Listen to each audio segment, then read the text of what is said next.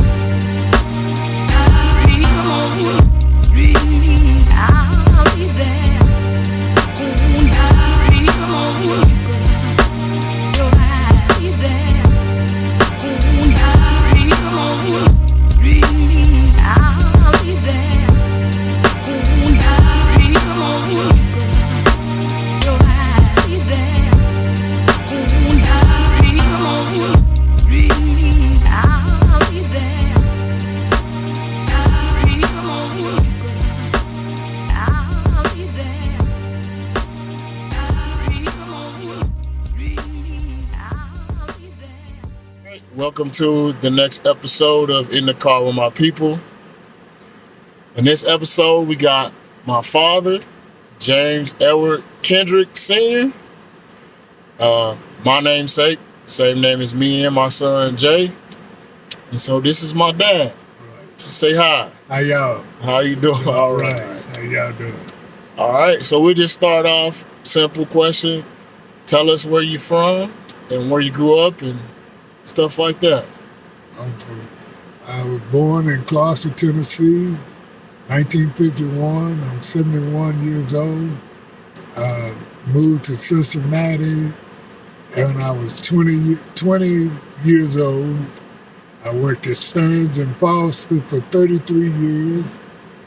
Now I'm living in Louisville, Kentucky, because I worked at this plant called Stearns and Foster, and it went out of business, so I moved. I had to leave the job because I had child support to take care of. Right. And, child support ain't in the day. You can't get behind because you be owing child support for the rest of your life. Right. So I got a job down here. I'm working at University of Louisville, Kentucky. My niece got me on at University of Louisville Hospital. So I stayed there for 13 years, I think. Now I retired from there. Then I got bored being at home, and then I didn't have enough money neither. Right. From the gun. So I went back to work. I work at JCTC with Jefferson Community College. I work in environment service there, so I've been there 4 years now. All right. So, yeah. So you've been in Louisville, what, 17 years? Almost? Huh? You've been in Louisville for almost, what, close almost to 7 years. Almost 17 years? Yeah. Man. Yeah. That's a long... It's hard to believe you've been here that long. Yeah, time don't wait for nobody. No, sir. No, sir. So, what brought you to Cincinnati from, so did you go straight from Clarksville to Cincinnati, or did you go somewhere else before? My sister lived in Cincinnati. My youngest sister was Carolyn. She lived in Cincinnati. So my mama said I was getting a little rowdy there in Cautious, and she wanted me to she asked my sister would I come, could she take me to Cincinnati? And I moved, she said yeah, and she took me in 71. I moved to Cincinnati. So Aunt Carol's your older sister, but she's the youngest of the two girls. Yeah, she's my oldest sister, but she's younger than the two girls. So it's 9 of y'all. Right. The girls are the two oldest. Then grandma has 7 boys and right. I'm the 5th child of 9. Okay. So I'm in the middle of, I get love from both sides. Right. I'm in the middle, right so it comes, right. Everything comes through me. Right. From either side. That's what's up. Yeah. So when you moved to Cincinnati first, was Aunt Carolyn already living in the apartment building on Malvern? Or was no, she was living on Auburn Avenue, right across the street from Christ Hospital. It was a shotgun. It was a fish scene, okay. Really. And then we moved to moved on Malvern with your grandmother, and your grandfather was the caretaker of it. That's how we met Mommy, but she took us in as her family. Mm-hmm. And she had a big dinner for us, and that's how we came close. Your mama was gone out to school. I ain't met her yet. So you met my mom's parents before you met my mom? Yeah. And then when she came, I like, oh, Lord, have mercy. So then we started messing around and stuff. And we got married, which I messed it up. I ain't blaming nobody but me. But I went through, after we divorced and stuff, I went through a change of, I became an alcoholic first, and because I couldn't get over losing my wife and child at the same time. I think Bert had a lot of animosity against that because she really loved me. And for a long time, as the life changes going through, I got worse and worse. I went from drinking to smoking weed, and I needed comforts, but my problems will always still be there. Mm-hmm. And then when I lived in the city, to live in the city with nobody you really related to, mm-hmm. It was hard, so drinking was my outlet. Right. And then I started smoking weed, and then I got introduced to crack. Mm-hmm. And crack took me out. Right. Cracked me. Right. Yeah. I stayed on, as I was progressing my addiction, the more I try to do, I would hardly eating, and then I was still thinking about it's life, whatever life threw at me and it was down me, that's my outlet, was drinking and smoking and having fun, but I lost a lot of money. I lost a lot of, I didn't lose friends because I never did treat nobody bad, you know, and that was one thing, living in a city, a lot of people was there they know I was a good guy that was there. Your grandmother, she took me in, and I lived with her, which your mama didn't like. Right. So after you and my mom either separated or divorced, right. You live with my mom's mom. Well, yeah, and I know Bert didn't like it, but she knew. She told my mom, Mommy told my mama she's gonna take care of us, especially me and Carolyn. But then Carolyn left me. She went back to Louisville. She came down here. She moved to Louisville, and I was in there by myself. So and they really wanted me. My mama wanted me to move back to Clarksville, but I said I got kids here. Mm-hmm. Matter of fact, I got in an accident. I had a car accident. I was kind of fucked. I was drunk. Yeah. And I had a car accident where going off Redden Road, but wasn't really my fault. A car pulled out in front of me when it was raining. I hit my brakes. I had a Cutlass Supreme. And I found out when they said they had rockets in them holes, they really chewed. They was building Church's Chicken on Reading Road. Car pulled out of so hard, I hit my brakes and I started sliding and turning and stuff. So I just got up on the brakes and gave it gas, and that thing took off. My brother and them teased me not today about I invented the drive-through. Because I was in the air and I hit the corner of the church's building with Church's Chicken, which wasn't even open yet. Right. So I had another baby on the way, which my brother Omar. Omar. So they both came to the hospital that night. My mama and Omar's mama. Yeah, Tweety. We call her Tweety. Right. And they said, Carl said who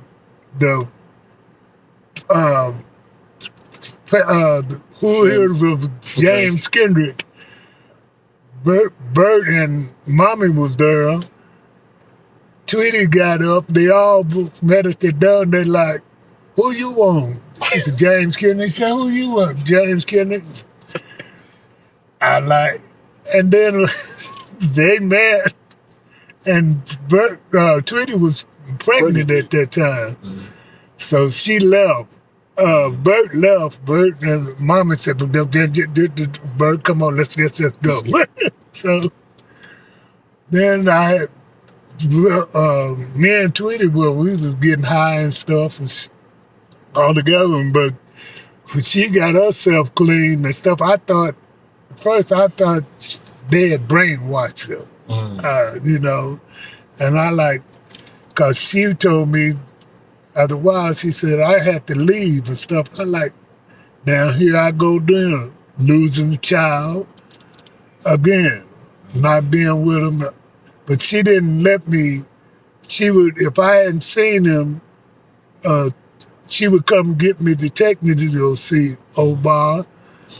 And she said, your children need to see, which she had a child, but another child by another guy named Yana.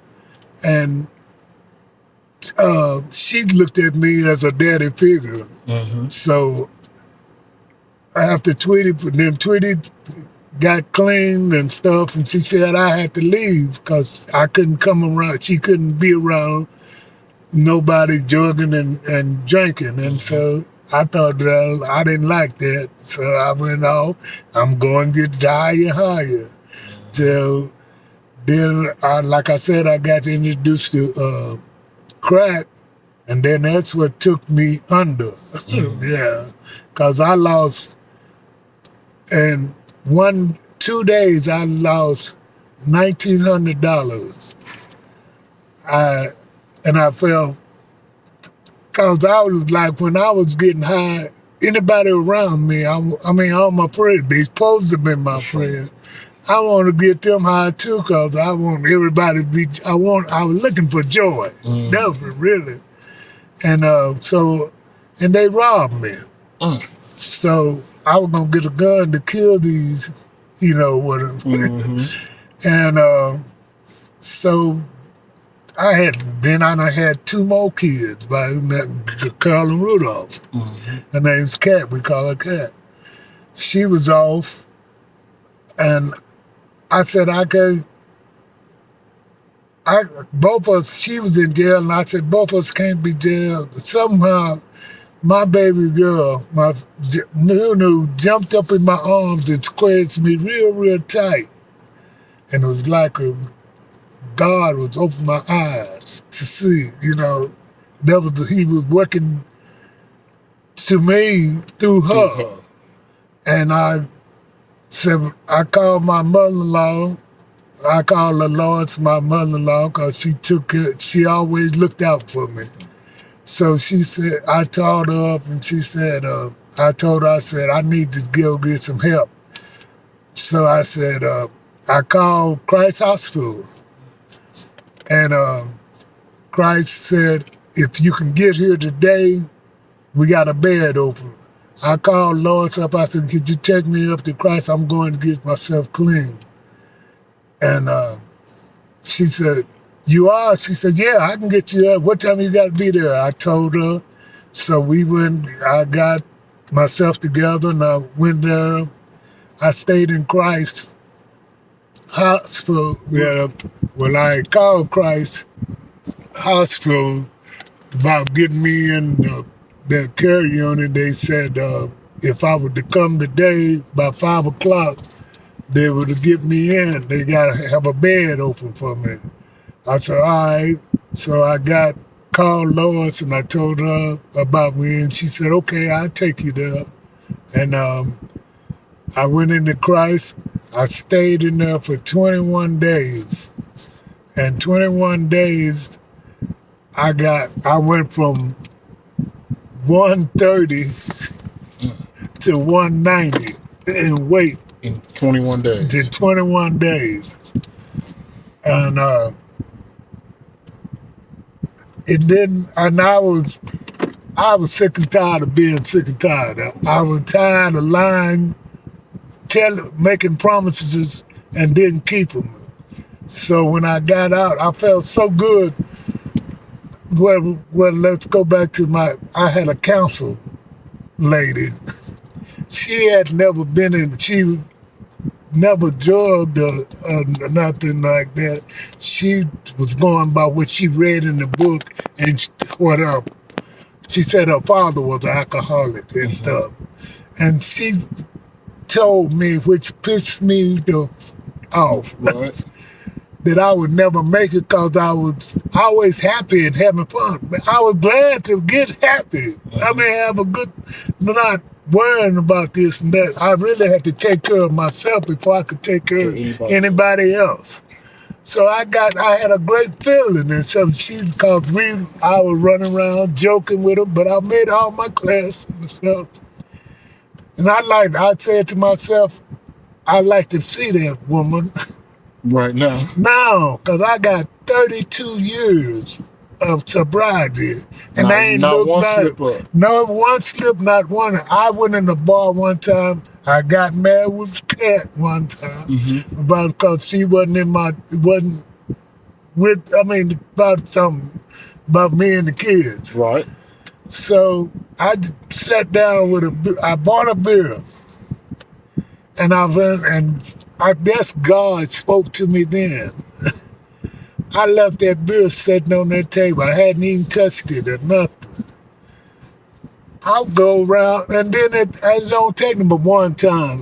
I mean, a lot of people go in and out, and it took me one time because like I said, I was sick and tired of being sick and tired. And I'm making this work through the help of the Lord, of my God. And then for 32 years, I've been clean. I had a spot on my lung that they told me was a slight case of emphysema.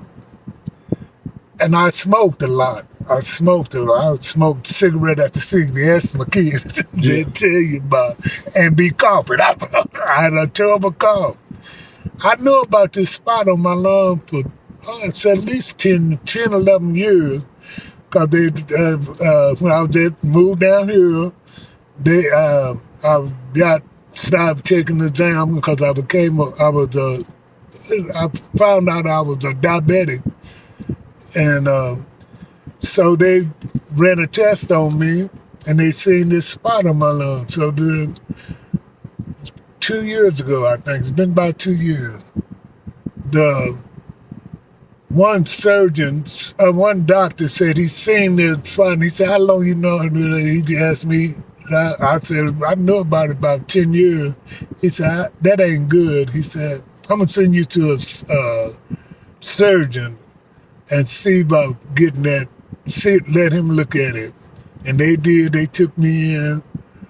And he said, they gave me a lot of tests and stuff, and he said, I think it's cancer, and looked like it's just in that one spot. and looked like it ain't moved. He said, but we can do it now, or you can wait till later if it's out. I said, get it now. I said, no, I'm not going to wait, because they said, I was told if you have cancer and they open you up, that air hits you, that it don't do no good. So they gave me, they lasered it out. He said, we wanted to cut you, we're going to laser it out. Well, I got 5 holes on me. Look like I've been shot up and with guns, but they got it out and they cleaned it. And they said there wasn't no surrounding of it. It was cancer and nothing is clear. But I thank God again. He put his hand on it. But he said it was the best thing about it. I stopped smoking when I did. Right. Stop smoking, man. How long has it been since you stopped smoking? It's been, I know it's been... Close to 10 or over 10? About 15 years 15? Now. Yeah, about 15 years now. How long did it take you to stop smoking? Stop smoking was harder for me to do than stop drugging and drinking. Yeah, because I called God. I put it on. I said, you did it once, do it again. He took them out. I walked around with a pack of cigarettes in my pocket for a while. I was smoking, then I put it out. Then I said, I don't need this no more. And that's what helped me. That's probably what kept me alive. And my older sister always said, James W., you got a testimony. Yes, sir. Yes, the stuff that you done, because I drove when I went through my divorce with Bert, I drove down here, I was drugged up, I was drinking then, I was drunk in the hell. I went off in the media doing 80 miles an hour, I was in a blackout. Only thing that woke me up, the car was rocking and stuff.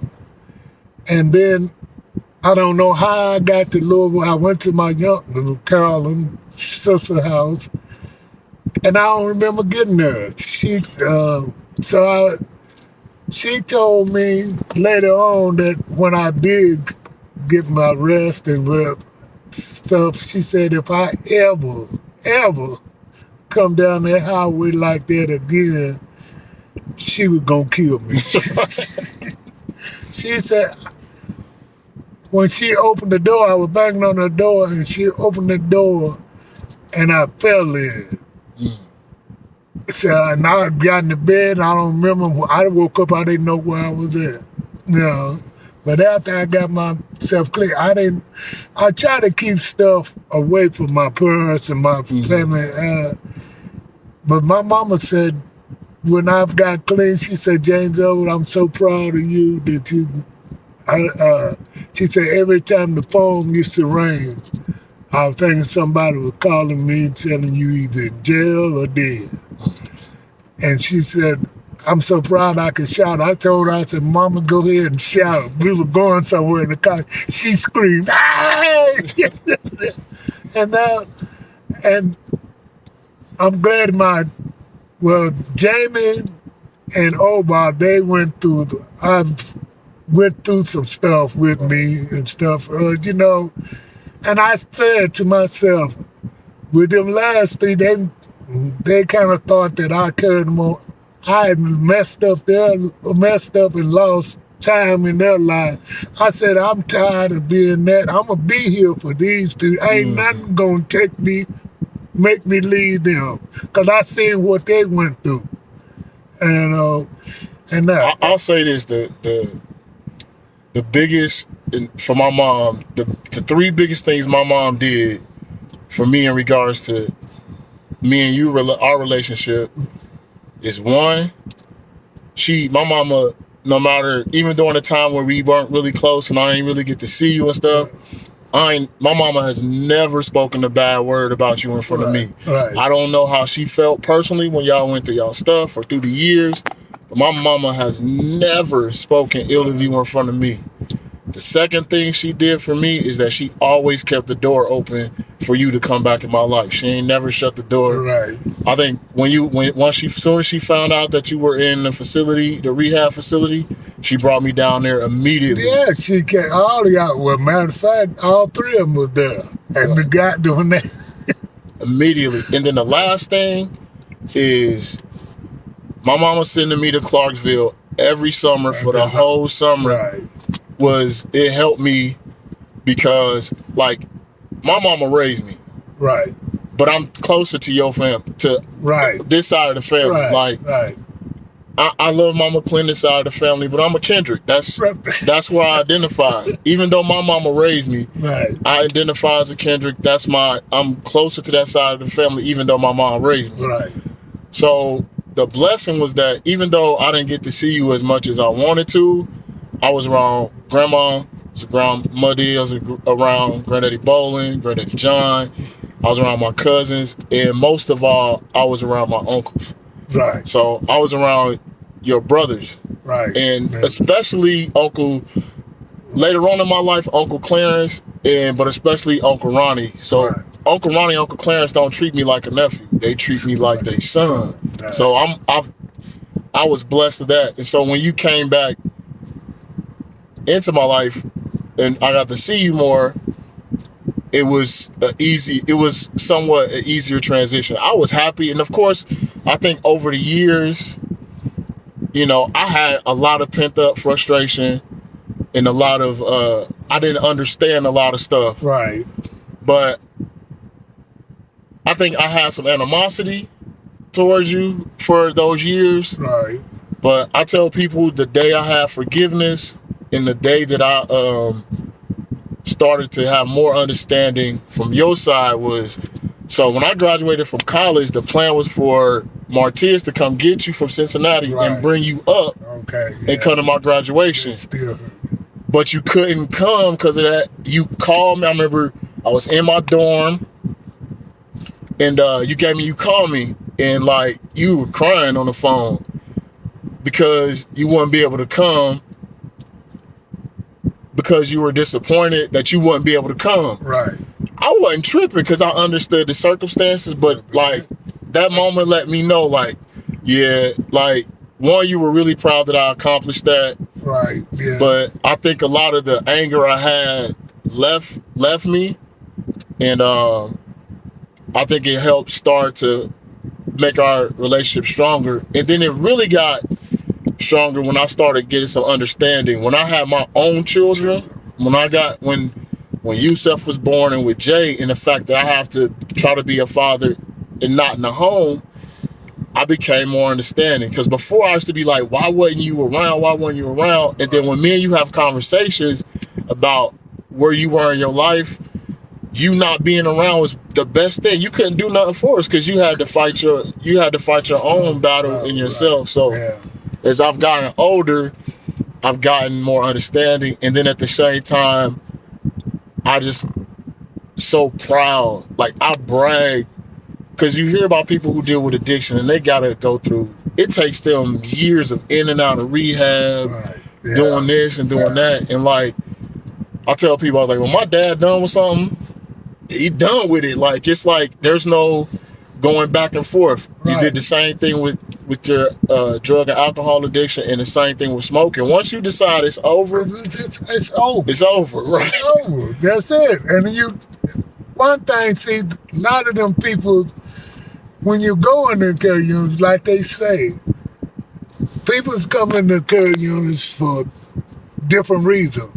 To save marriage, to stay out of jail. Them things, that's what you're going through. I preach to people now. When they ask me about my being a counselor, I don't want, because I don't have the time. Right. And you can't waste my time because I'm pointing straight, And I said, if you ain't going in there for the real reason, it ain't gonna work. And I done seen so many people fail with it. Fail because they going in there and then they think they playing games, but this ain't no game. You playing with your own life. Russian roulette with your life. So what's the That's real reason you should be going in there? You got to go in there to get clean, to stay clean, not just for a moment. You got to for the rest of your life. You got to understand that it's like a dragon. It's in you. It ain't gone nowhere. 32 years, that dragon's still in there, and it's just waiting to get out. And I ain't gonna let him out. Matter of fact, me and my daddy got clean the same. My daddy, he didn't go to no meeting or nothing. He took a drink, but I guess God told him. He took a drink and they said he threw it up. And he never touched a drink again. And my daddy drank for years and years, longer than I did. And when he died, I said, well, now he is sober. Because I never be sober. Long as I'm living, I ain't sober. I ain't free of the addiction. Free of my addiction. This is a lifetime time. Life. You got to go through life with this. If you take that first drink, you don't start all over. You start where you jumped off.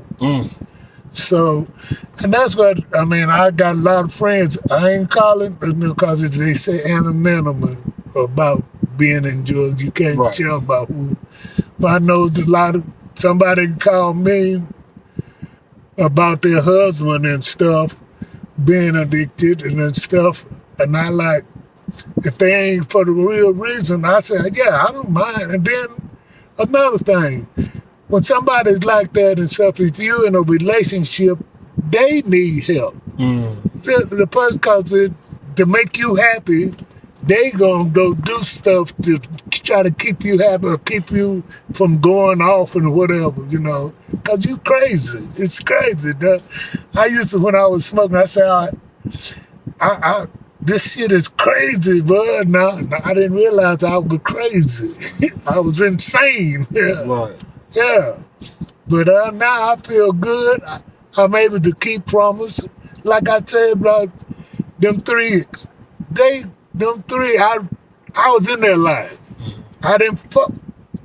So you were okay. I didn't fuck up. I said whatever it takes, I'm gonna be in their life, and I'm gonna work on getting these two back in my life. Now, and that's what I said, man. When I see all of y'all, it's a proud feeling. All y'all, to get. I got 5 kids that I know of. But they Kendricks. Right. And that's when we get together, like even when my mama, all 9 of us get there, your mama knows. Because she used to go down there, we had Christmas, we used to travel. And my mom had the sweetest mama. And that's what one thing, I wanted to be as like my mama. Because stuff never did defeat her. I never heard her cry about pain, never heard her complain about nothing, working, carrying us through life, whatever, she made it a way for us. All 9 of us. She went to all football games we was in. Anything that we was in and if they're having, she was there. I wanted to be there like that, but I messed up. And I kind of shame, but when that day I said, she found out I had got clean, and she told me, I said, damn, I made her proud. I was up proud because I wanted to be, you want to do for your parents. You want to make yourself, and and that made me feel good. And I told myself, I don't care. I can go in bars now and say, because they used to, when I was working at Stearns and Foster, people said, well, we're going to have a birthday party, somebody's birthday, and they're going there. They would come up and ask me, said, John, how you stayed up in this bar and never take a drink? I said, you see that door right there? That door swings both ways. Right. If I feel like I got to have a drink, I can get the hell out of here. And they say, you strong? I said, no, I'm weak. I know if I take that drink, I'm gonna be dead. And I'm not gonna play. I took the Russian roulette gun out of my hands. So I'm, and I'm at her now, sitting. Cause I didn't think I was gonna live to be 71 years old. But look at it, now I'm 71, almost 72 years old, and I'm not in the best health, but I'm kicking. As we say, I'm kicking. I'm not too high, but I'm kicking. Right. That's it. Right. And then I went to my my sister's church. I knew about religions and stuff, and because we went to church when I was growing up as a kid. I ain't broke away from it. So one day, I told my sister after we moved down here, and I said, well, Pat, you always going to, I said, it was on my mama's birthday. I said, well, everybody on that Sunday, it was on a Sunday. Her birthday was on that Sunday. I said, why don't all of us get together in Louisville, the family in Louisville, get together and go to your church, and after church, go have a dinner.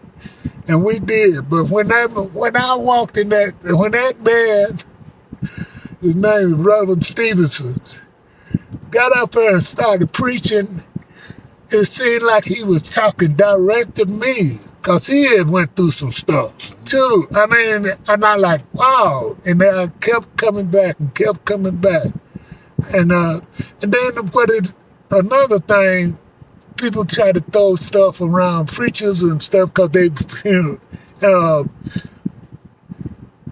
it's not like when I was in the care unit, a lot of them people I wanted to be like, but a lot of them failed too. But I said, then they tell you, take what you need, not what, and leave the rest. So I go in but the man was preaching like he was preaching to me directly. And I went on and joined the church. Now I'm a churcher. And my life is so changed and so happiness, For the last year I got clean when I think it was 55. I know Jazz wasn't even born yet. It was 88, was it? I think no, it was 90. Okay, 90. Because I've been 32 this year. And my life is so much better now, I don't get up. People get mad at each other and stuff, like, and whatever you go through, there's another thing they told us, is that finger you always pointing at somebody is pointing back at you. So I kind of slowed down on my judgments, I look at some of these people out there drugging, and I said, well, I remember the day that I was like that, and I can't judge them. I said, but I always say they better than me, because I couldn't stay out there like that. They better than me. I don't judge them. And then I was like, I feel good today. My kids all grown. I miss because and when you have some girls in your life as a child, you want to be, you worry about them. You worry about them more than if you was a man. Boys, right? Yeah, boys and stuff. Which I got all men. Right. Men, right. Ain't none of y'all boys no. Yes, sir. Well, none of my kids were children. But our mama said, I don't give a damn how old y'all get. You still my child. My child, right. Exactly. Yeah, so that's how, and now I'm with this Miss Rhonda. Yes. She treats me good. She backs me. And sometimes she get on my last damn there, but you ain't going nowhere. Which all right. I tell her go her room, I go in my man cave and make it all. Everything worked out. Yes, sir. And with no arguing, no stress, and nothing. And then she's great to her. Yes, sir. Yeah. Yes. So my life is all right. Yes, sir. I'm making it. Yes, I'm enjoying life more now. I guess as you get older and stuff, it's like, because I told Bert, I said, you're more jazzy now than you yes, she used to be when she was younger.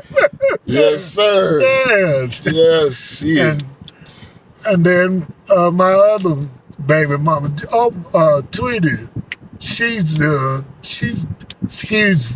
backbone of that family. Mm-hmm. Yeah. And Kat, she went through a thing. She's doing good. And life is good. Yes, sir. Yeah, they have their disagreements and stuff, but it's nothing like family. It's nothing like that was, I think, a bigger part of my life in Cincinnati. And I'm not going down. I'm glad I was in Cincinnati. Cincinnati made me a man.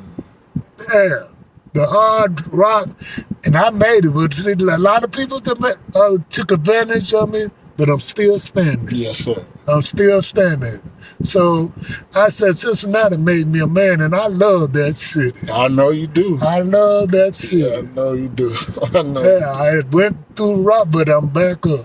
Yes. It never did knock me down. I'm like my mother-in-law always said, she was a great Miss Lois. She said, count me down, but don't count me out. Yes. And that always stuck in my head. Count me down, but don't count me out. Right. Yeah. Yes, sir. So that's me. That's my story. Yes, sir. So I just want to say that, we had our times, Right. But I am very proud of you. I know sometimes, I think as I got grown, I kind of saw how you sometimes you would work hard to try to make up stuff for me and Oba, but you don't have to do that. I'm just proud of how dedicated you are and were to Jazz, to Nunu and Jamar. They, fortunately didn't have to really see you at your lowest. Right. And even though me and Oba were around, I didn't have to see you at your lowest, but I tell you what, with me being the oldest, and so with my siblings, me and Oba are like 2.5 years apart, but I'm 10 years older than, I think I'm 11 or 12 years older than Jamar, 13, 14 years older than Nunu, and 15 years older than Jazz. So I left Cincinnati when they were small. Right. But over the last few years, I really worked hard to get even tighter with my younger siblings. Me and Oba have a unique relationship. Me and Oba are close in age. Our mothers, despite how they found out about each other in that situation, my mom and Tweety have always made sure me and Oba were in each other's lives. Me and Oba have taken our varying paths in life, but that's no matter what we go through. Me and Oba over the years have gone through our go through, but that's my heart right there. Right. But now I've gotten closer and closer to my younger siblings, and that's through you doing stuff to make sure that we are tight, you know. And I appreciate you for that. I'm proud of what you went through. I brag about my parents every chance I get, because both of y'all have a testimony that if people hear it, it can influence them. And it has influenced me, a lot, because anytime I feel like I can't do something, I look at what my mom overcame and I look at what you have overcome. I think the biggest blessing for me, I'm at the age now where people, my friends and that are around my age, unfortunately, a lot of them, their parents aren't here, or their parents are in such bad health, they might have to take care of their parents. Their parents can't live an active life. I'm blessed that you and my mom, it seemed like y'all lives are actually, it's like as y'all get older, y'all lives seem to be becoming better, because I think a lot of the fact is that y'all at peace. I tell people my parents don't deal with BS. You know what I'm saying? Right. They don't deal with nonsense. If you ain't here to bring positivity to their life, they don't deal with you. They're not mean about it. It's just like y'all don't allow nonsense in y'all lives. Right. And y'all have a peace I think people seek. People say they want a certain level of peace. I see that in y'all. I see that in y'all. And I'm proud of you. I love you. I love you like a rock. And that's hard. That's what I'm saying. But you know, then, like you said, sometimes you got to go through some shit to get to be where you need to be at. Yes, And that's what I said. Cincinnati, the city of Cincinnati, I went through a whole lot of shit, but I'm better today. I'm still standing. Yes, sir. You know, I could be dead. I mean, it could have killed me, but a lot of stuff I did. I slept in alleyways. I lost a lot of stuff, but it didn't defeat me. I'm glad God put that drive in me to go. Don't give up. I even thought about committing suicide when I got bad, so bad. But something just kept me, no, it ain't over. Just keep moving. God was there. He got me. Yes, He just took me. And then that day, when I thought I was, another thing, praying to him, like 50 said, stop trying to do things your way and do it his way. That's what, when I found out his way was better, that's what really saved me. That when he took a lot of stuff out of my hands and put other stuff in me.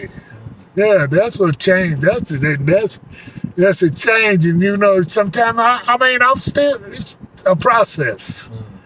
And I go through some stuff, but I don't go through it like, all I can say now, I said that as that song said, that don't belong to me. Yeah, that's yours, God. You got it. Yes, sir. And it worked. Just as you have to have. I tell my son, Omar's a great motivator. He know how to do a whole lot of stuff, but he gets upset when the things don't go in. And he gets himself in trouble with it. And I like, man, you need to pray. Just pray. You don't have to, if you're not ready to go to church or whatever, just pray. Talk to him. He'll take whatever your worries away from it. Because like when I was drugging and dragging, soon I get sober, I still got that problem there. Mm-hmm. Yeah. Stearns and Foster, I loved that job. It was a good job, but I loved this job better. Yeah.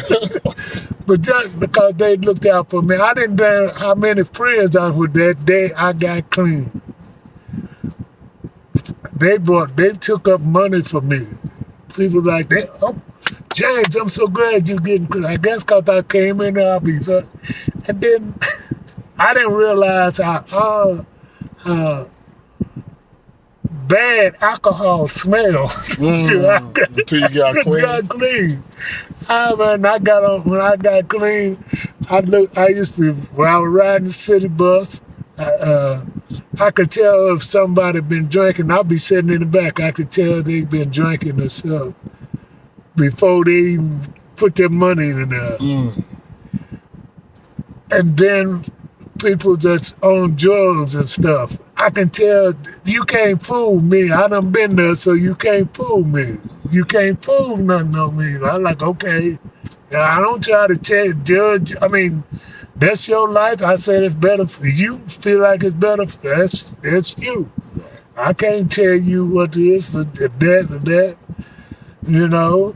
But you got to find out the way I did. Yes, sir. Yeah. Well, I know you got to get ready for work. Right. Thank you for taking time to. All right. I love you, man. I love you too, man. My big honey bird. Yeah. This is John LeBert. Thank you, Daddy. I appreciate it. I love you too. Thank you so much. Right. Well, that's that's this episode. Thanks for tuning in. Again, like, subscribe. It's In the Car with My People. This is my dad, James Kendrick Sr. Thank you.